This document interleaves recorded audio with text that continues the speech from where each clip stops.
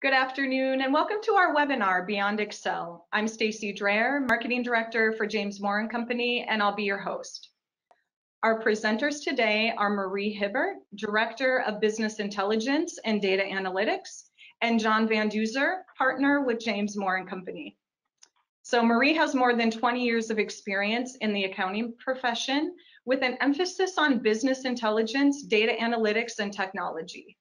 At James Moore, she works with our clients to help automate processes and better utilize their data to make strategic decisions.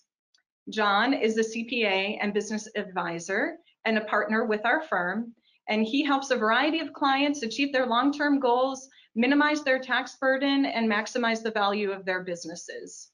He leads our firm's data analytics services and our tax services team. Okay, with all that said, I'll hand things over to Marie to get the presentation started. Thanks, Stacy. Thanks everybody for joining us today. We're really excited to have an opportunity to talk to you about Beyond Excel. So today, throughout our presentation, we're going to just focus a little bit on Excel challenges. Nothing new information there. If you use Excel, this is going to be very familiar with you. We're going to introduce some new concepts that you may or may not have heard before around data wrangling and analytic process automation. Then we're going to talk a little bit about what you do or what you have available to you once you're able to sort of corral all that data and get it into a usable format. We're going to talk about business intelligence and harnessing the power of your data. Talk about data visualization, storytelling, and then we're going to talk about fancy terms like machine learning and AI, where the robots are going to come. And we'll leave some time at the end for question and answers, but please feel free throughout the presentation if you have questions or if you see something, don't hesitate to go ahead and use that chat box and put your questions in. We'll try to, between each of the different segments, address questions, and if we don't have time, we'll leave them to the end or we'll always, follow up. So today I'm joined by John Van Duzer, and so he's going to be my co-presenter here as we go through this presentation. John, are you excited? I'm super excited. Nothing makes me more excited than talking about Excel. Kidding a little bit, but not a little bit too. So I know as accountants, we all use Excel on a daily basis. And I think we all have had those times where Excel is not quite the right solution. Either the spreadsheets are clunky or they're too big, or there's challenges getting our data and things. And so it becomes one of those love-hate relationships where I feel like I always have I need Excel, it's vital to what I do, but sometimes it's just so frustrating. And so as you and I have been working together the past few months, have really enjoyed kind of going beyond Excel. And so really excited to share this kind of with our group today. Yeah, absolutely. So let's talk a little bit about common Excel challenges. Now I'm going to date myself a little bit, but I remember when Excel didn't even exist, and it was like Lotus 123 or something. Like that was my first spreadsheet. And so I love Excel. I've been using it forever, but well, most of us love it. Some of us have a love-hate relationship with it. And we've come a long way, but there's still some really major challenges. And I think we've all been there, right? So you open up a file, and it's been linked to like 57 different versions. So you get that stupid pop-up message. It's like broken links, and you have to hit OK 100 times before it'll let you go through. And then you open the file, and it's color-coded. It looks like a rainbow threw up on itself because somebody's gone through and like highlighted how things sum together, or formatting means something, but you don't know what it means because there's no key available to indicate. And so then you click into a cell because you're like, this number is interesting. So I want to see where this number comes. And then you get this like 5-paragraph essay of like a formula because somebody was really crafty and did this, enormous if-then sort of nested if statement. And you're like, I don't know. You're like, where did this number come from? Where did it come from? And then my favorite part is you realize like you're in version final underscore really final.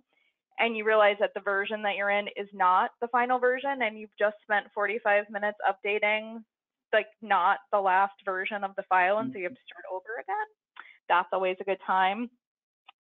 And then I think my next favorite part is when you realize that all of the data you need isn't even in one file. It's in 3 different files, and you go to open one of them, and it takes 7 minutes because it's like that Frankenstein file that has like 9 million tabs. And then like one of the tabs just called Q1 and you don't know which Q1 it is. Like, is it Q1 this year? Is it Q1 last year? And so, you know, eventually you start looking and you get this sort of gut feeling. Have you ever had that, John, where you're like, something doesn't seem right? Like, something doesn't seem right. This number doesn't seem right. This number's way bigger than it was last year. And then you're starting and you're going through each cell trying to figure out what caused the problem. Have you ever been there? Absolutely. I mean, I think the first thing I do is look at the bottom line, right? And then say, well, are all my sum formulas correct? Right? And try to make sure that I can get the right formulas and look for an obvious formula error, because that can easily throw off, you know, everything you're looking at. And beyond that, it's trying to go in and make sure that it's doing what it's intended to do, right? Or is giving me the information. I think as accountants, we're always bottom line. And so it's like, where are we at bottom line? And does that make sense? And how do we get there? But it can be challenging sometimes when you have a lot to get there to navigate through and wade through and get comfortable with in order to determine that it's okay. Yeah. And John, I'd love to say that like I'm very proactive, and every time I open Excel, I think about it in a template and I build in controls, but that's not normally what happens, right? For me, at least, I go into Excel, I'm trying to do something, and all of a sudden it becomes this schedule that lives on, which feels like in perpetuity. And you look back and you're like, why has this thing been alive for 5 years? Like, it's a mess. It's a mess. It's not organized correctly, but it's hard sometimes to be thoughtful about it up front.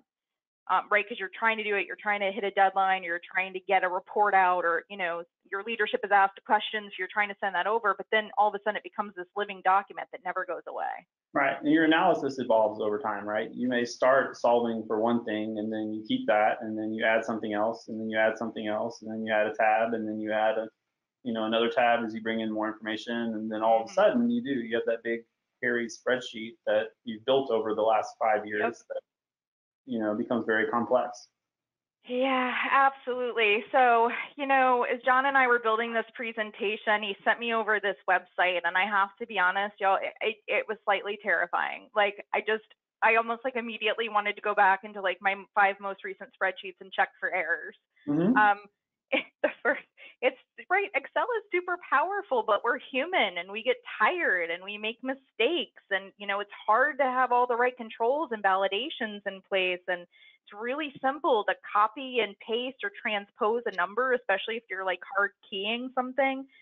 And you can make a simple mistake, and that can impact, however many cells downstream as you're putting in your data. So as an example here, there was a copy paste error, which resulted in a $6.5 billion sort of loss. And it was as simple as formulas within copied cells not being adjusted correctly. So it just created this downstream impact right across the entire model that was all Excel based. And, I think I'd have a heart attack. I don't, if my leadership came into me and said, well, that spreadsheet you built, it was wonderful, but we just lost $6.5 billion. I don't know how you recover from something like that. Yeah, when that hits the Wall Street Journal, somebody got fired, right? And that's the way you got to think about that. I think this is something, and obviously these are drastic and these hit national news. And if you just search famous business Excel errors, there's websites that publish hundreds of these examples over the years. But I think we've all seen it in our day-to-day, right? I see it on a weekly basis where I'll find some Excel formula or formula error or some number that's keyed in incorrectly or didn't get updated, or we see it on a weekly or a recurring basis. Just thankfully it's not $6.5 billion most of the time, and it's not going to hit the national news. But it definitely is an ongoing challenge with Excel that I think we all need to be in tune with. Yeah, and just the other example, right? 3.7 million, slightly smaller, not quite as large, right? But just a missed cell formula mix-up, and I've done it, right? Like, and I cross my fingers and hope that I always catch those sorts of things because I've put enough controls in to make sure. But our data continues to increase, right? Like, they talk about the rate of data and how much just the volume is increasing for all of us. And as we're trying to manage that, and that volume is getting bigger and bigger, it becomes more pressing to build in those controls and validations and have additional tools, right? Because if you open up a Excel spreadsheet with 6 million rows of data, it's really simple to think that you might not copy down a formula correctly, right? That you might not capture all of the information. And so one of the things that I found sort of through my experience, either in helping clients implement automated solutions or just helping build controls and validations around Excel, there tends to be an error in Excel. Like very rarely have I worked with somebody and we found that the Excel was foolproof and that there wasn't some sort of either something that could be better or a mistake that was made. And sometimes it's material and sometimes it's not. But how common do you think these types of issues are, with our clients and others out there, and how often are you seeing that sort of in those, Excel models? Yeah, like I said, I think it's something that we unfortunately see on a weekly basis, where when you look at the big, and I think there's a risk factor there, right? If you have 3 numbers in a sum formula, chances are you're okay, right? But when you start getting into 2 tabs, 3 tabs, 4 tabs, mapping, VLOOKUPs, pivot tables, you name it, the more complicated the Excel spreadsheet or the more complicated the analysis, I think the risk goes up, drastically, that there's going to be an issue with it, or it's not going to update correctly or pull correctly, and there's a lot of things. So Excel, while it's such a great tool, can also be a little dangerous if not validated and checked and is handled with care. Totally agree. And with that, we're going to pop into our first polling question to make sure everybody's awake and excited about all this talk about Excel and beyond Excel. So how confident are all of you on the line in the validity and accuracy of your Excel calculations? Are you nervous? Do you feel like you could do better? You do a pretty good job? 100% accurate and valid, Fort Knox, no issues. Every single Excel spreadsheet is just locked down, airtight, or we don't use Excel. Like maybe you just have an abacus on your desk, perhaps. Abacus and a calculator, some of that green sheet paper. Now it's funny, in our practice in CPAs, you see a lot of interesting things, and from time to time I do get a handwritten spreadsheet, and it's like a work of art. It is. Column paper. It really just makes you really feel nostalgic for our profession and how far we've come. As we delve into some of these more complicated topics, it started with the 10-column paper. Yeah. So we got the results in, and about right. 70% say we do a pretty good job. So that's nice. great. And I think that's probably consistent. 4% said I'm nervous, and 21% said we could do better. 4% said they're Fort Knox, so that's great. Nice. And then 1% did say we don't use Excel. All right, very nice. Maybe they use something else, because there's definitely some new tools out there. Awesome. All right, so now let's talk a little bit about data wrangling. So this is our first, glossary term of the day. So I want you all to meet George. So George is that gentleman pulling out his hair, because he's all of us, right? He's pulling out his hair because he's got a presentation to deliver, or he's got a report to generate, and he needs to bring together a ton of information from a bunch of different sources, and maybe he's got an hour to do it, or maybe he got lucky and he has a week to do it. And so maybe he's doing this daily, weekly, monthly, or on a yearly basis, but the process itself is frustrating because it's sort of ripe for error. He's pulling from 3 different systems.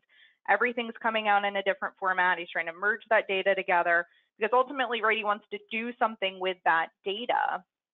And so John, kind of as an example of this, over the last 10 years, I've really seen an uptick in the volume of data and the sources of data. And that's putting a lot of burden on people and the time that they have, right? Because they still have all the deliverables, there's still the deadlines. It's not like they're getting all these extensions to like either deliver budgets or reports or, tax filings or financial statements. What are you seeing, in this burden of, we've got all these extra systems, right? All these tools, all these things.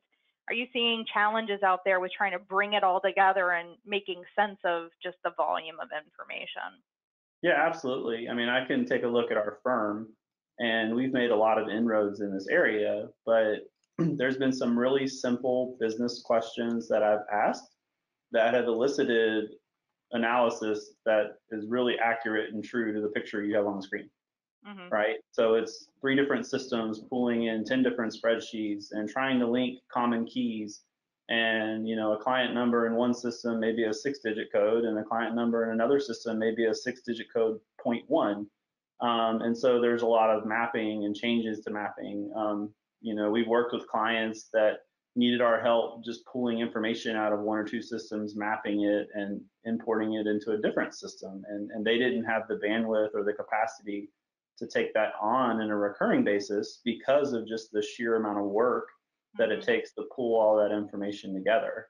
This is a real challenge I think we all face on a regular basis.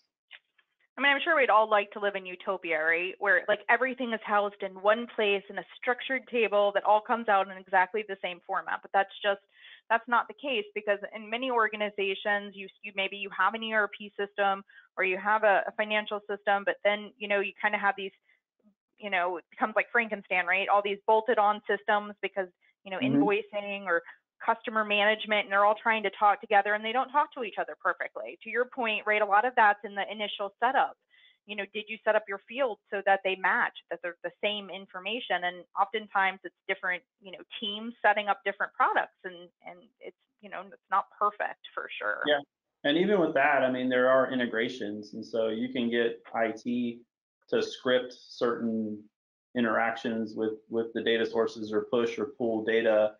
But every time there's an update, invariably those scripts get broken, and you spend time fixing scripts. So the data challenge is real, and I think as time goes on and technology progresses, data becomes more and more and more voluminous, and I think it becomes more and more relevant in our decision making. Right, absolutely.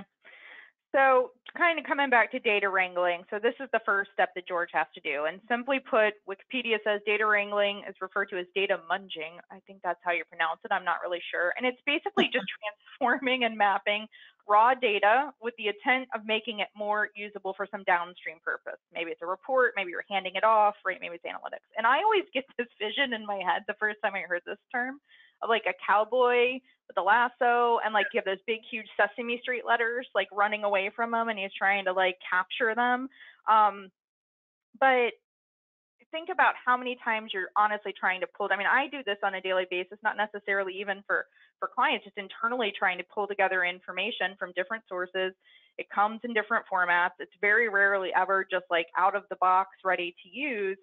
And then I need to be able to take that downstream. So this is our first data wrangling, right? So now you guys have the explanation or the definition for the term data wrangling. And I think we all have to do this. I don't think I've met anyone that doesn't undertake this process pretty much on a daily basis.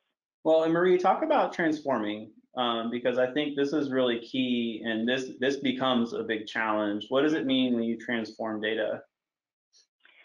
Yeah, ultimately, when we talk about data wrangling, there's one step of the process, right, which is going to get the data. I send an email to someone. I go into a system to grab a piece of information. I have to go into a system and, run down my own report. So that's great. So then I've got this data, and then I have to actually do something with that data. So maybe I'm summarizing, I'm filtering, I have to do a VLOOKUP, I got to join the data together. So that's a process more like data transformation. Still in that data wrangling area, but right, it's the data preparation of that information I've gone and sourced and gathered, and now I have to do something with it, because rarely is it just going to miraculously come together. And oftentimes, right, what I see is people using Excel to do that. Problem is that next month or next week or tomorrow, new data, the data changes, and now I've got to go back through the same exercise, right? So this data wrangling becomes, very time consuming. I'm doing it over and over again. It's not very automated.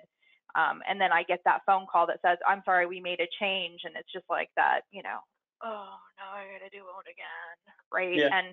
And maybe I get really lucky, and for some reason the report's changed. And now the data that used to be in column C is now for some reason over in column F, right? And I got to restart kind of bridging all of that information together. Yeah, so if you're using like text to columns, or you're dragging and dropping and moving a field into a different field, you're doing data transformation, right? You're taking what's given kind of raw, and then you're manipulating it or changing it so that way it's more meaningful or fits into your analysis or can be analyzed. and unfortunately in Excel, that's a very manual process. And anybody who's recorded an Excel macro knows that those are great and can really Yeah, save time, but they can fall off the wheels pretty easily, if anything in the inputs changes at all. hmm So it's something that, as you're looking at these things, you always want to keep in the back of your mind, how much time am I spending transforming, and hmm is there a better way? absolutely. So kind of on that same topic, this is just sort of a left to right view of what typically happens in the exercise. And then imagine this just sort of in a vicious loop, right, all the time, because very rarely do we start at the beginning, get to the end, and then not have to go back and forth. But, right, we're starting with standard inflow of information, right? I've got a variety of inputs. I've got files, I've got system reports, I've got just all of the inputs. And then, you'll see here just sort of this data preparation tool, and this is what we're going to talk about today. We're going to talk about automating the process of collecting that information and then processing that information. When we talk about processing, we're really talking about preparing the data. So maybe something comes out in a really weird format and you just got to get it into a tabled structure so you can do something with it. We're going to blend it, right? And we got to join it together because, maybe my accounts are coming and my vendors are coming out of one system, but then the financial information is coming out of another system, right? And I've got to marry that together. But then I also want to do some validations and some diagnostic reporting. So one of the goals here that we're talking about today when we're talking about automating these processes is being able to do more with our data. So to build in those controls, to build in those checks, to build in those validations so that we feel like we don't get that pit in our stomach that says, oh, that number doesn't seem right, or I feel like I lost records somewhere. Like, where did those 10 accounts go? They disappeared. And then ultimately, right after we process, ideally, we're sending that out to an output.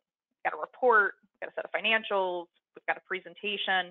And so this is just that standard flow of data wrangling from inputs, processing, and outputs. And this is what we're going to talk about today. We're going to talk about tools that can help us do this, because oftentimes, right, if you take out that data preparation tool, we're the ones that are having to do all of this, right? Like, we're every step in the process, and over and over and over again, we find ourselves doing the same activities and thinking to ourselves, geez, there has to be a better way. And there is.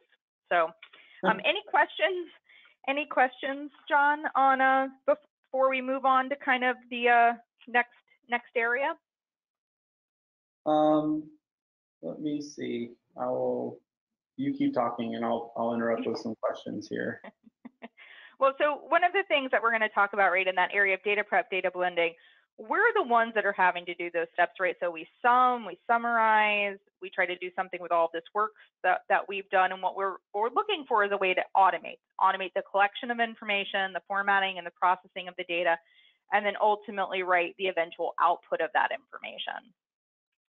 So we're going to move into the concept of analytic process automation. So another right fancy term. So real quick, we did have one question. I think this is a good one. So thank you for asking this. But do you have any suggestions for Excel data sets that grow to exceed the number of available rows on a sheet? So and they're saying source data for a pivot table. So a fun fact, and I don't know the exact number, but Excel can only accommodate around 1 million rows. And beyond 1 million rows, it truncates. So for a lot of organizations, 1 million rows may seem like a lot, but when you get to be a large municipality or organization or enterprise, and you're just exporting GL, you may have more than 1 million transactions in a year, especially when every transaction is 2 transactions. And so you can quickly run up against the Excel limitation of the 1 million rows. And that's what really brings a lot of these alternative tools into the forefront. So Marie, maybe talk about what do you do in those instances where exporting the source data is not going to work in Excel, and what are your alternatives? Yeah, absolutely. And so we're going to talk a little bit about that. But before we dive into this part, sometimes we're at the mercy of our IT departments in terms of what version of Excel we're on.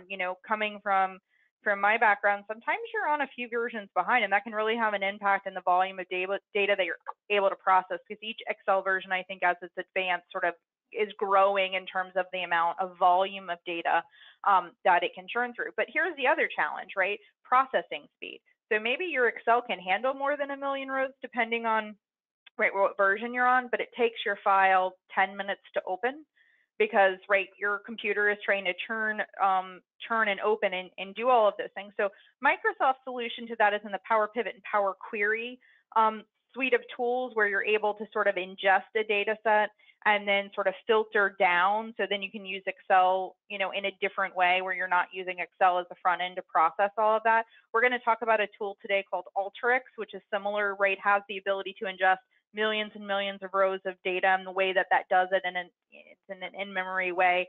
It doesn't have those limitations and doesn't sort of crunch the processing of your, your desktop. And so we're going to talk about that exact topic in just a minute here. Yeah, that's awesome. Okay.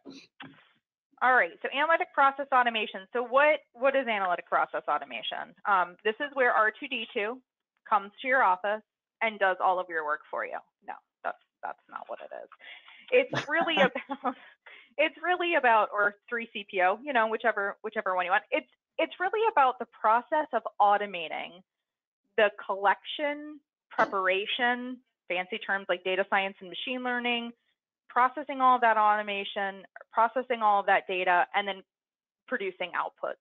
Again, whether that output is a set of financials, a journal entry, a report, or downstream for another process, because you're just, sort of the owner of that data. And what we're talking about here is really automating the entire from input to output.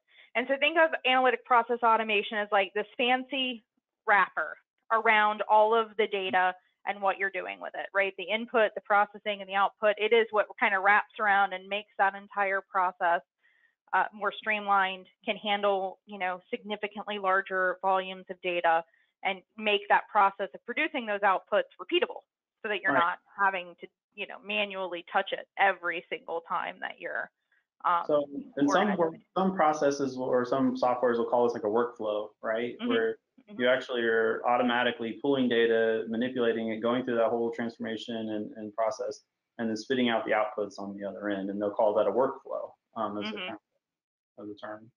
Exactly. Like, I feel like I have like a glossary of all of the new terms, because it's like data lake, data pond, data warehouse. It's like, well, what? And a lot of times I think we can get lost sometimes in the vocabulary of it all. How about this? We have a lot of data. We're going to bring it in. We got to do something with it, and we need to send it somewhere, right? So don't get too hung up on the terms, I say sometimes. So don't look at this and think, oh, geospatial analytics, that sounds really complicated. Well, it does sound super complicated, but maybe you're part of an organization that's trying to determine where you should open a store, and you want to be on the right-hand side of the road, and you want to know customer demographic information within a 5-mile radius. So I think sometimes we see these terms and think, what? But there really is an application to them, within the process. Mm-hmm. All right, so we're back to George. Poor George. So George has received a file. So he's been recently given an assignment to prepare a report. He's trying to determine how effective computer controls are within his organization. So he's asked IT for a file, and he needs like all the user login information, because he needs to see who's logging in, when are they logging in. And so he's received this text file you see on screen. It looks super usable. And when he opens it, he quickly realizes that he's in trouble. And so what he needs, what we tend to get, right, is the file on the left. It's not organized. It's not sorted correctly. I can't just open it up in Excel and get a pretty little table. And what we need is a table, right? So we get this weird text file, but we need a table. So kind of what we get and what we need. So John, how long do you think it would take you to transform that text file into that table on the right? Yeah, well, obviously, I guess it depends on the size of the file, right? But I would hit Control A, and then I would go in Excel and paste, and then hope for the best, right? And then start dragging and dropping and deleting rows. And I think I probably could tackle it 10, 15 minutes.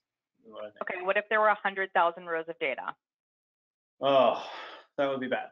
So, what about 1 million rows of data? Exactly. We couldn't even be in Excel, right? Because we would be too big. So yeah, it could be a huge problem, right? And we've had some of that. I had something similar to that a few weeks ago, and I spent an hour in Excel and trying to say, okay, what row or column do I filter next, so I can do some function to get it all in a table, right? Because the end result, all I want to do is get to the end so I could filter in some. But it's not that easy when you have data like that that is just completely all over the place. And what if you had to do this 15 times a week? I'd find a new job. So I'm kidding. I'm not, don't tell my bosses, but no, I think it would be very aggravating, very frustrating. Yeah. This would be a pain point for me personally Mhm. on what I would really need to look at. How can I make this more efficient? Right. And then the other concern is, how do you know that you didn't lose something, or you didn't mangle something, or like when you did text to columns, you grabbed the right thing, or maybe you did fixed width or whatever. Like, how do you know the output's right? Like, Yeah, and you'd have to trust me and my filters and my deleting and everything else that I didn't mess up or wasn't having a bad day and completely went through it or wasn't that rushed. you weren't tired, right? It wasn't 2 o'clock in the morning when you were trying to put this together. Exactly. Okay, so all joking aside, we're just going to do another polling question, make sure everybody's, still with us here. What data challenges do you currently have in your organization? Is it a challenge of, and all of these might apply to you, but just pick the one that resonates the most. I can't find the data. Data's never right in the right format. We repeat the same process over and over again manually. None. Like you're in Utopia. Your data is easy to find, process, and utilize. You have no data problems at all. Utopia sounds nice. It Even does. with all our automation, right? We still have our challenges. Better, but Yeah, and I think in different evolutions of an organization, you're going to find all three of these problems, or hopefully get there to the none. But I'd be skeptical on that, at least from what I've seen. But definitely, I'm curious to see what we come up with here. Absolutely.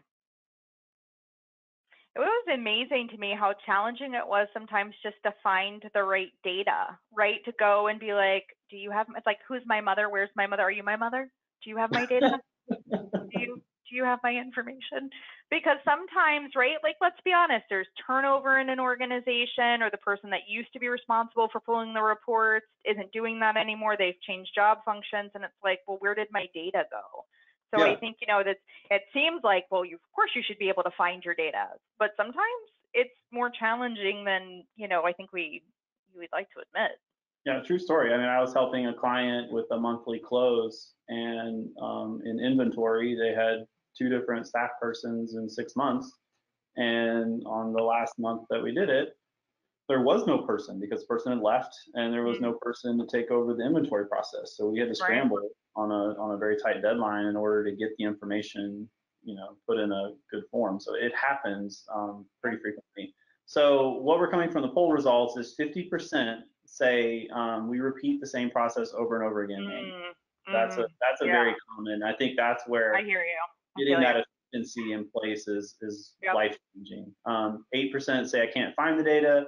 32% say the data is never in the right format, and then 10% are living in Utopia. So nice. That's pretty awesome. Those are probably also the same people that do not use Excel. No,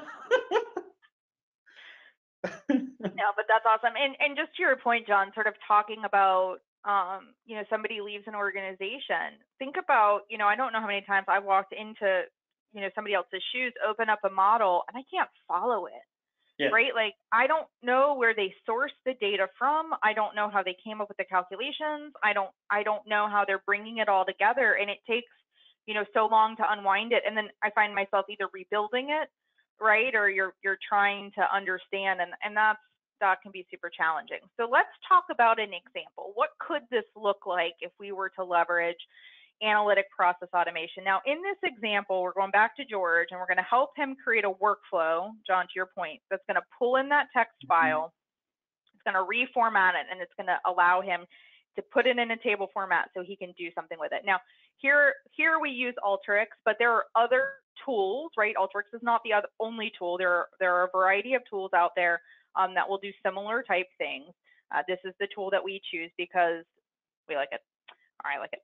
And so what you're seeing on the screen from left to right are the steps. Now, these are the steps that I, as the human, would normally be taking with this text file, right? Like, so I'm grabbing some data, I'm, doing some text to columns, I'm parsing it out, I'm, grabbing the left 3 characters and the right 4 characters, and then I'm filtering and taking out anything that's null and, or 0 or blank, and then I'm going to flip the data the other direction so that I can, see it in a more usable format, and then I'm going to join it with some other data to produce, right, this output. And so this is just the steps. And so what's the beauty of this is now tomorrow when I get the phone call that said, oh, that text file we sent you, it was wrong. It was the wrong dates. Sorry. Wrong dates. So we're going to send you another file. So instead of me having to go back through that text file and perform all those same steps again, I'm just going to update the input and say, don't look at file A, look at file B, and then reperform. So, what we're really seeing on here is this left to right collection of information. We're repeating a series of steps. Each one of these little doodads, or call them widgets, doodads, widgets, is doing a step, right? It's doing a step in the process, and it makes it visual. So, John, if tomorrow I win the lottery and I move to Alaska, I'm not sure why I'm going to move to Alaska, but if I do, you can open this and you can see what I did to the file, right? You're going to be able to reperform the steps, or at least understand what I was doing to get to that eventual output. Right. I think that's the great thing I've seen about Alteryx is it gives the visibility at each step, right? You can look at the outputs. So you go through each step and you say, okay, this is what you changed the output. This is what you changed the output. It's auditable, or you can do quality control or review against the data transformation. So it's clear and transparent how you got from point A to point B, right? And irrespective of whether or not you're fishing your heart out in Alaska, or or decided for whatever reason taking photos of bears or something. I don't know, whatever. So yeah, and I think that ultimately, it's going to take time to build this workflow. So let's not pretend. I know you've kind of called me on it before, like, well, Maria, it takes time to build a workflow. Yeah, it absolutely does. It's going to take some time up front to build this workflow and to test it and make sure it's working. And I want to make it scalable, right? Because I don't want to, if the data comes in and now it moves around, I don't want to have to like rebuild this. So I want to make it flexible enough that it can handle some changes in the variation. But let's be honest, if you were dealing with this file and it's got 1,000 rows, 100,000 rows, a million rows, and you're having to process it 15 times a week, spending a couple hours to build the workflow probably is going to generate a huge time savings over the year. And so we got to think about that, right? What is the build time compared to the manual processing time? And what's the reduction in risk, right? When we're not having to manually, manipulate those files. Yeah, and we talk a lot about this in ROI, right? And instead of dollars being the currency, it's hours, right? Like, how many hours is it going to take me to build? And then what is my time savings and frequency every time I run it, right? And you can quantify a rate of return on an investment. Now, so just kind of talking, I know somebody had a question earlier about the limitations of Microsoft. There is an ability in those power tools within Microsoft to build queries that would do some of these similar type steps, right? Take the data, move the data, do these series of steps. So again, not to say that there's only one way to achieve this type of automation. There are different tools out there. So just want to make sure I'm mentioning that. So John, tell me again, how long did you say, just on average, it was going to take you to run that? Well, before I realized that it was, a million rows, I said like 15 to 30 minutes. Okay. So, what if instead of 15 or 30 minutes, it took 0.3 seconds? That would be a little bit better. Yeah. So, George, I couldn't find a picture of the guy that was pulling out his hair happy. So that's replaced George. So he's, super excited now because he's not miserable in his job. He's not having to parse together this file. And we really transformed from a very manual process to something that's automated, visually can see how the data is being transformed. Then we can just do it over and over and over again. And I think that's another point about Excel spreadsheets and the difference in the data is when you get large Excel spreadsheets. And so there's one spreadsheet I'm thinking of in particular that I built that had 10 tabs and probably 8 pivot tables and a bunch of VLOOKUPs and did a lot of mapping and matching, and it worked well, right? But it was so large, anytime you would have an input in data, just the time for it to churn and recalculate and everything, it would be, we had one series where we had to input some rows, and I would literally input them in a different Excel formula or box, copy it, paste it into the Excel thing, so that way it would only churn one time, because if I was typing them in, it would take 30 minutes to type them all in. Right.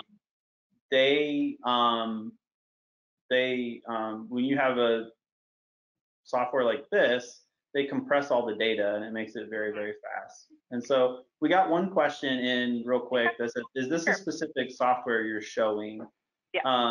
So we're showing you a software that we use, but there's a bunch of different competitive softwares and they operate similarly. So we're not endorsing this software over any other software. We're just showing you as an example, this is a data preparation tool. So this is a way to go beyond Excel. Absolutely. So, what I show, when we talk about moving a text file to a table, that was relatively simple, right? So it's like, oh, okay, Marie, great. Like it only has 15 steps. And let me be honest, when you're replacing a gigantic process, a gigantic model, something that takes, hundreds of steps, not 15 to 20 steps, it gets big. So what I'm showing you here on the screen is a process that we've automated where we're taking a variety of different inputs, right? We're taking bank statement information, we're taking information from another system, so 3 different sources of information. There's about 6,000 records, right? So not huge, but what was happening is there was an analysis going on of each single transaction. So 6,000 transactions, somebody was looking at and analyzing to determine, right, the corresponding journal entry that was going to be necessary for that output. So what this automation is really doing is it's taking that input on a monthly basis. It's doing a set of steps to clean up the data, right, because it didn't come out in a way that was, usable. Comparing that information against the bank statements to reconcile to see if anything didn't get input correctly, and then it's producing the journal entry, right? And so this is something that was happening monthly. It was taking about 8 hours per period to produce, and that time has really been cut down now. And not only has the time been cut to produce the file, now the time is being spent analyzing the data, right? So it's no longer being spent manipulating the file, getting it into a usable format, getting it into an import template. Now the time's actually being spent looking up the transactions and thinking, is this right? Is there fraud? Is there something going on? Should we be, is this information make sense? So we were spending so much time, right, just trying to put it together, there really wasn't the time to do that sort of analysis. So this is sort of another visual representation, but of a much larger process. Yeah, and this was internal to James Moore and Company. So this was part of our outsourced accounting department. And Marie, you can probably speak to the reaction you got from the staff you were working with. And you said, hey, that task that takes you 8 to 10 hours a month, we got it down to conservatively 30 minutes for you to pull the data, process the workflow, do everything you need to do. We've given you back 8 to 10 hours a month of your time. Yeah, and I think, right, I think the process itself, again, it was kind of in that place of there has to be a better way, right? This is just so manual. It's so painful. Like I got to, and to the, compliments of the person that was doing it, they were creating pivot tables because they were trying to analyze the data in different ways and make it more automated, but it was still really super challenging. And so to your point, right, we spent the time doing the build. And on a monthly basis, right, we update where the inputs are coming from, we process the files, we send the files out, right? That takes a little bit of time. And so that team member now is spending about two hours on the file, but again, it's more from an analytics standpoint. It's not from a data prep or manual manipulation. And because it's happening automatically, now we get to start looking at, well, how do we make it better, right? Like, how can we enhance it? What additional information can we gain out of this now that might be beneficial internally or to the client to provide based on the information we're seeing. And as we're collecting this information, maybe we can start doing trend analysis. Do we see trends over periods of time? Do we see movement in the data, right? So as we're going to talk a little bit later about machine learning and AI, right, and predictive analytics, you know, do we start to be able to see some things that we weren't able to see before because we were just spending so much time trying to pull the data together, right? So it opens up a lot of doors in terms of time spending, you know, it's just time available, risk reduction, and then, you know, the future of what we can do with that information. Right. And I look at it as, if nothing else, it helps you create capacity, right? I took this to my partners and said, hey, if Marie can build enough of these, that's an FTE, right? We've saved an entire employee worth of time and can increase our capacity that much by automating some of these processes.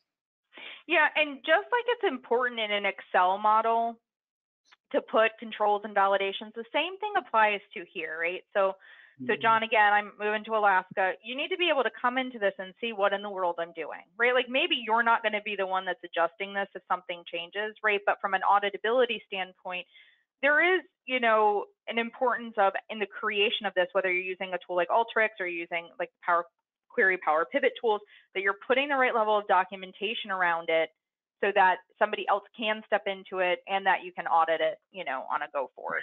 And you and I even talked about, you were very intentional in the way this is laid out and the way it looks.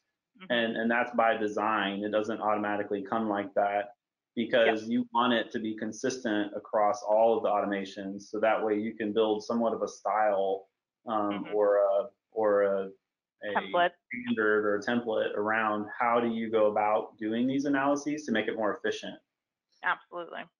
Absolutely. So just kind of on that topic, so here is the next, so feels very similar, right? A little bit different because the data is different. This was just the utility bill analysis where we were just validating utility bills, right? We're just validating, ensuring that they were calculating correctly and that we were coming to the same results, because maybe you're implementing a new system. So this used to happen to me all the time, right? I get word, hey, we're implementing a new system. Well, one of the things that we had to do is reproduce the same output and make sure that everything matched. So maybe you're implementing something new, or maybe you're getting a feeling like maybe there is an underlying problem and you want to test large amounts of data to make sure things are really calculating correctly out of a system. Maybe this isn't even in Excel, this is coming out of a system. So this just kind of gives you that ability to sort of ingest all of the data, be able to apply the rules, and then determine, you know, are you coming to the same output? Do you have comfort around what's happening there? Right. So you were able to recalculate, I think it was water bills, right? Water bills for a municipality, and you're able to recalculate an entire month's worth of water bills once you got it built in 3 seconds or whatever it takes to run that workflow. And when we compare, you know, it seems like, oh, well, it only takes me an hour or two to do that. Well, yeah, but it could take 10 seconds, right? Or, you know, maybe 10 minutes. And so, you know, those minutes start to add up as you think of all of the processes. So how do you know if a process is ripe for automation? It's basically ripe for automation when you're doing the same thing over and over again from the same sources of information consistently, right? It doesn't mean that that information is not changing, but it means like you're kind of going to the same places, you're collecting the same information, you're performing the same steps, you're kind of producing the same output. How many times are you doing that, right? Because even if you're only saving 10 minutes here, 20 minutes there, if you're doing that 50 times, it's pretty significant, right? And it can have a pretty big impact on how you spend your time. Okay, so any questions before we move on to the what do you get to do with your data once it's automated and wonderful? Yeah, none have come up. So, but again, feel free to submit questions as you have them, and we'll try to answer them. Yeah, absolutely. So business intelligence, harnessing the power of your data. So what is business intelligence? This is really what got me hooked on data, and really, as I started looking at, I really want to delve more into this data analysis. Business intelligence is where I started, and really, you're going to talk about it, but it's, you know, figuring out how do I make better data-informed decisions. Because honestly, you know, John, it's like you start with a question, like, what is the increase in our revenue? Or what is the increase in our collections from customers? And then you kind of work backwards like, okay, what data do I need to answer that question? Because we live in a world of questions, and oftentimes that's when we realize that maybe the data is broken or it's very, very manual, and leadership says, hey, I need this information, and you'll say, I'll get it to you in 2 weeks. Well, why is it going to take 2 weeks? Well, I don't even know where the data is to answer the question you're asking, right? So simply put, business intelligence is really just the ability to collect information and then to utilize it in a way to respond or to react to market conditions or to operations, right? So it's all of the technology tools and process around getting the data and then doing something with it. So what are some examples of business intelligence? Well, are we paying too much for supplies? What's the likelihood our customer is going to go into collections? What population of our customers are going to go into collections? How long does it take our team to collect past due amounts? Are we meeting our organizational or department objectives? How long does it take us to process this? Like, well, how much time does it take us to move, from point A to point B?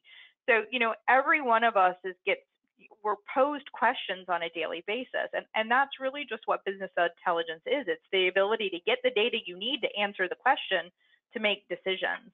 And so, as we've gone through, we've talked about, well, let's streamline the collection of the data, the processing of the data, so you can get these data sets, this information, so you can do something with it, right? Right. So that's where we get to the, okay, what are you going to do with this data, once you have it? And so John, in those sort of questions, what have you found some of the biggest challenges to answering the questions? I think it's exactly what we're talking about in that, getting information from a variety of data sources and sorting through all of the clutter to really come to the meaningful information, right? And there's something interesting, and we're going to talk about graphs and how different visualizations or different ways to show the data can be very insightful. So you're showing screenshots from a program called Power BI, which is published by Microsoft.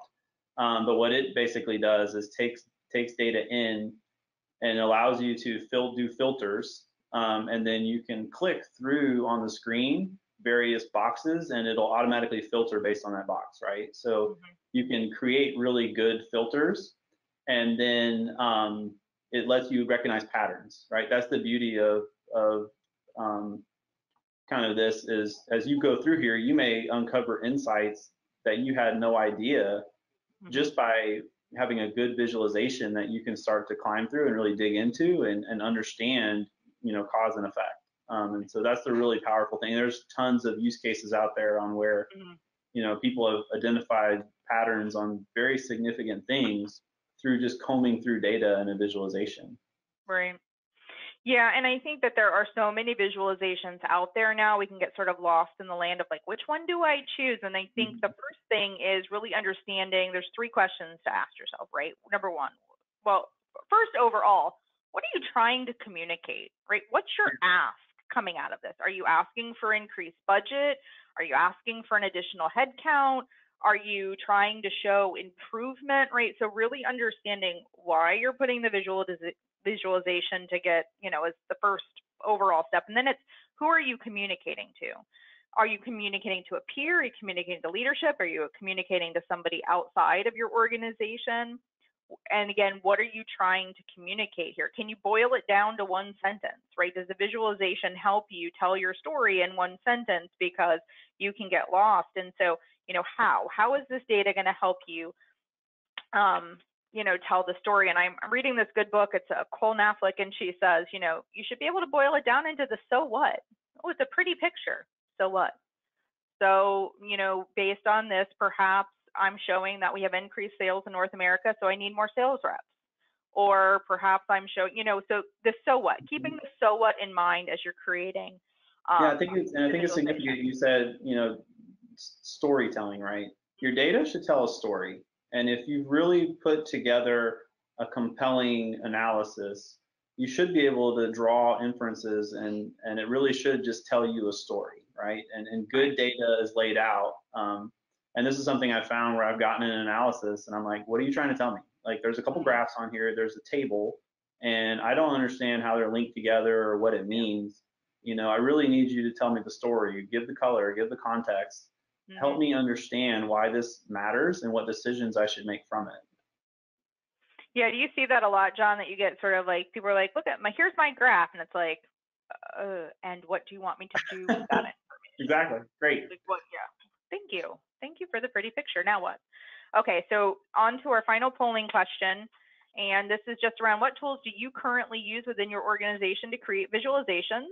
Excel, Power BI, Tableau, who has time to create visualizations, or other? Because there's so many tools out there now, so many ways to do this. So just trying to get a pulse, and you know, it can get overwhelming, just the volume of tools out there to create those, and then to pick the right one to tell the story. So, you know, things are becoming so powerful that I think we can get sometimes analysis paralysis, right? Like you put in your information and you're like, okay, I don't know. It's too much sometimes, it feels like.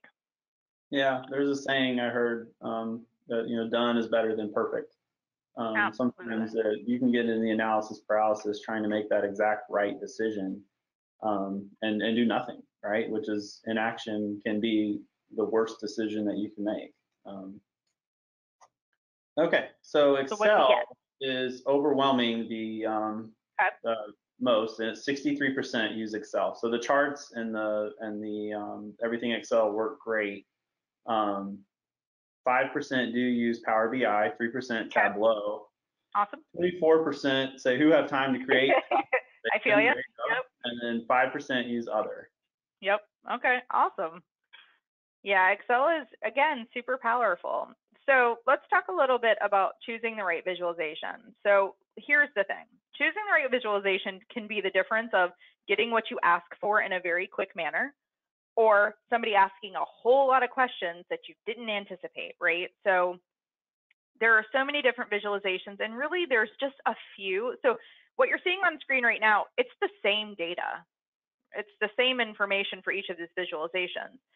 So John, for you, which one of these better represents or best represents my ability? Like, I'm trying to tell you that I have reduced the amount of time it takes me to collect past due amounts from my customers.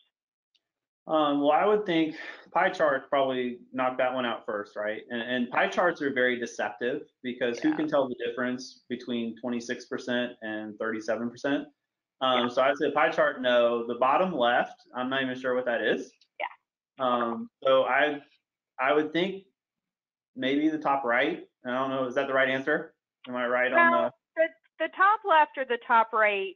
Both are presenting the information in a way that's relevant, right? We have this average collection of days. We're trying to get under 30 days. And so the left shows the progression of time, right? So we're showing from January to July, and we're showing that decrease. And the bar chart is showing the same thing. So both of the top ones you could use. I like the left, but you could like the right better, both of them. And honestly, there are a few that really work best. Scatter plots, line, vertical bar, table, heat map are some of the examples. Don't get, you know, there's some fancy ones out there, and I think sometimes we're like, ooh, shiny object. I'm like that. I'm like, ooh, squirrel. No, sometimes like just your standard pie charts, again, can be very deceptive. And ultimately, you know, if I use that top left or that top right, I'm really showing that over the last 7 months, we have shown progress, right? We have reduced that amount of time. And that's what I'm trying to get across. Like, I want the A+, job well done. And so I want to pick the right visualization to do that. I'm going to speed up just a little because I do want to leave some time for the end of questions. But I just want to show you guys how visualizations can be misleading. So John, on the left, if I were to say to you, are population A, B, and C like one another or different from one another? Yeah, on the left, I'd say population A is way bigger. Right. So they're different, right? Between A and B, it's very different, but it's not, right? So what I've done there is I didn't start the vertical axis at 0. So as the storyteller of your data, you have a lot of power to deliver a message, but you need to be ethical about the way that you're delivering it. Because when we set that vertical axis to 0, you notice there really isn't, right? That big variation of data, A, B, and C. So it becomes really important to be thoughtful about how you're presenting your data, because we need to tell the whole story. We don't want to lose our credibility in the story. And it's very easy to select data, right? So in this example, if I was trying to say, hey, John, I want to, I need additional budget because demographic data shows that we're going to have an increase, right? On the right, that looks really good, right? Like you're like, oh yeah, maybe you do need more budget because it's going up. But if I give you the whole story, well, yeah, it's going up till about, you know, July 2021, and then it's kind of tanking off a cliff, right? So when we're cherry picking those dates to you know, tell a story, the problem is we need to make sure we're telling the whole story. Yeah. Have you seen that? Have you ever experienced that where you're like, something doesn't feel right about this data, something's wrong with this chart? Like, I feel like if you expanded it, it would tell a different story. You know, the way you've told it, it makes it sound nefarious. And I don't think I've encountered the nefarious cherry picking, but I definitely think sometimes data is missing context, right? And so having good visualizations really helps you build that context. And so there was a book that I read recently, Weapons of Math Destruction, which I thought was a really clever title. But it's all about using data and how models are constructed and how analysis is performed and how decisions are made. And it can be a kind of a two-edged sword, right? It can empower and it can make a lot of things a lot better.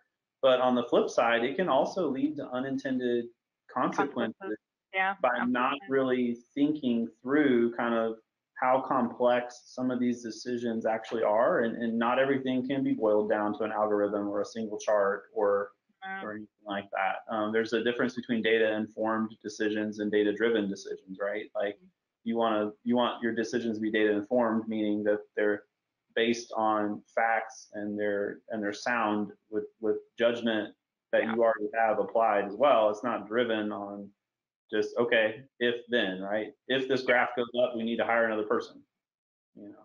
Right.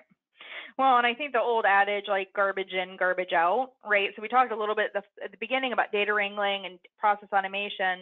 You got to make sure the data you're starting with is the right data, right? And the full population of data you need ultimately downstream. So I think that, you know, you got to get the data, you got to make sure it's the right data, you got to clean the data, organize it, prep it, and then you're telling the story with it, and you have to make sure that you aren't, you know, using it for nefarious means, that you are, you know, being thoughtful about, is this the right data that we need to make these decisions? Is there other data that we need to make these decisions, for sure? So just around creating relevant dashboards, right? The goal is to identify what metrics are going to be important to your organization. What are the things that drive the needle? What are your organizational objectives? What information is going to be relevant? What's important to John may be very different than what's important to others within the organization. So it's knowing your stakeholders, knowing what things help them make decisions, and then making it user friendly, right? Keep it clean and simple. I think, you know, we can get overwhelmed by the volume of data. And so one of just the things I have around creating relevant dashboards is know your audience, know what they want to see, and keep it simple as possible. Be able to, right, boil it down to as minimal as you can. And so with that, machine learning and AI, dun dun dun, when robots take over. Right, so this is quick insights from Power BI. Again, right, Power BI is not the only solution. It's one of the solutions we use here, but there are others that do this. But here's the thing, right? I'm human.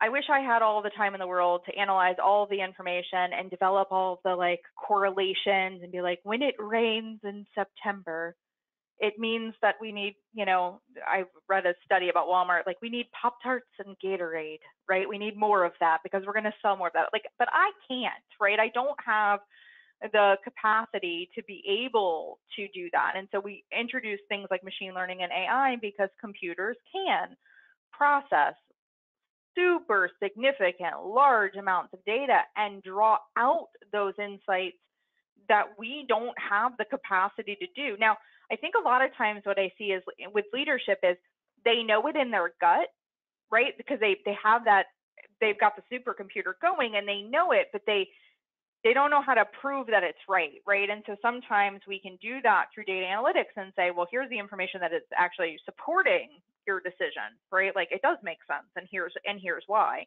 But this machine learning and AI is really able to just kind of go through all these data, draw these correlations. So this was on collegiate athletic information, and it's saying, you know, hey, there's a correlation between donor contributions and competition guarantees. You know, oh, we're seeing a upward trend in advertising, licensing, and sponsorship. And some people might be like, well, yeah, duh, like I knew that. But others might be like, well, wow, I didn't realize that that trend was that significant. Like, what is going on? What's the root cause there? So, John, anything on the machine learning and AI topic? Yeah, absolutely. I think this is something that is mysterious to a lot of us. And I think as time goes on, this is going to be a much more significant theme. And it's what's funny, I was listening to something the other day, and they said AI is in everything you do, right? And the example I give is I want to go visit my parents in Jacksonville, and I get my iPhone and go to Maps and punch in their address, and it'll tell me I'll arrive at 5:57 p.m., right? Well, I'll go and I'll get there at 5:56 p.m.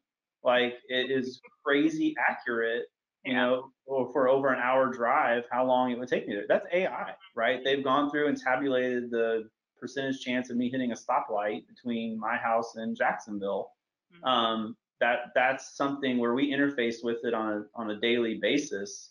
And so it's coming into finance and other realms, where you're going to see a lot more of this as it goes on. But it doesn't have to be scary, and it doesn't have to be programmers, you know, that are really sophisticated, or R2D2 or anything crazy like that. It can be in this, where you can have a program that's Microsoft, so think Excel, but it's Power BI, and they're generating these insights for you automatically, right? It's something that they're helping you kind of find that nugget of information that maybe you didn't realize was out there.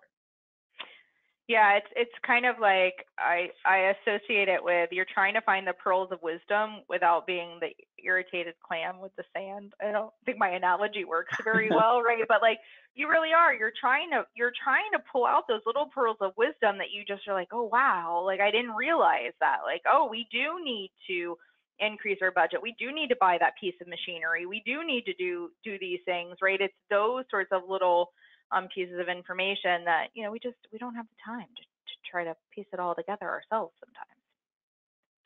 Okay, so we've got about 7 whole minutes left. I want to remind everybody to register for our next CPE series webinar, Excel for Beginners. So really relevant topic there, June 23rd at 2 p.m. And now, if open it up for questions and answers. John, I don't know if you've got any coming through on your side, or if anybody wants to chat or type any in. We're happy to spend the last 7 minutes just answering, last few minutes answering any questions that anybody might have. We did have a good one come in. How would you suggest we learn how to use some of these software options to create these insights? So I am very much, and John, you can totally disagree with me, but I am very much a hands-on learner. And almost all of these solutions now have just a huge community of free online learning. So Power BI, Microsoft has an online learning schedule, video series, self-taught, modules available. You can eventually go through Microsoft certification, but they also have a huge user community, Alteryx as well. Generally, almost all of these tools now have, a free trial with a guided learning path, and you're going to find the tools that really resonate with you and that gravitate. When some will be more intuitive to you than others, but I think there's just so much learning material out there now, and most of these vendors, Microsoft included, have really spent a lot of time putting together free learning materials. Or you can always we can help you. There's that, Yep. I think I like use cases, right? Because what I find about myself, as creative as I like to think that I am, sometimes I lack imagination. And so there's some really, really smart people out there that come up with brilliant use cases on how they use these applications to solve complex problems. And you've talked about it, site selection for a major fast food franchise, right? Like huge problems and huge questions. And they're using some of these software tools to solve them, right? And that gives me an idea. And I think, oh, well, if they can do that, then this will solve X, Y, and Z in my problem. And so looking at use cases, but I agree, the communities, especially in some of these tools like Power BI, you can go and there's hundreds of YouTube videos on how to do things and how to create visualizations and how to do all these things. But if you find the right use cases and the right community, you can really start to get some headway in making advances in these. I do like your idea of starting with a problem in mind, or not a problem, but a use case, right? Some challenge you're having in the organization, because it's oftentimes, it just creates more drive and incentive to figure it out, right, when it's solving your own problem or solving something within your organization. So I think it's a really good suggestion, is sort of start with your own use case in mind and how can you apply, you know, that tool to that information, for sure. I think that was a good suggestion. Any other questions? I think that's all of our questions. Well, then what we'll do is leave it off with our contact information, and we'll also show a screen of the next remaining CPE seminar. So please see our contact information. Please don't hesitate to reach out to John and I if you have a question on the presentation today, or if there's something in there that you want more information on. All of the links will be within the handout and the PowerPoint.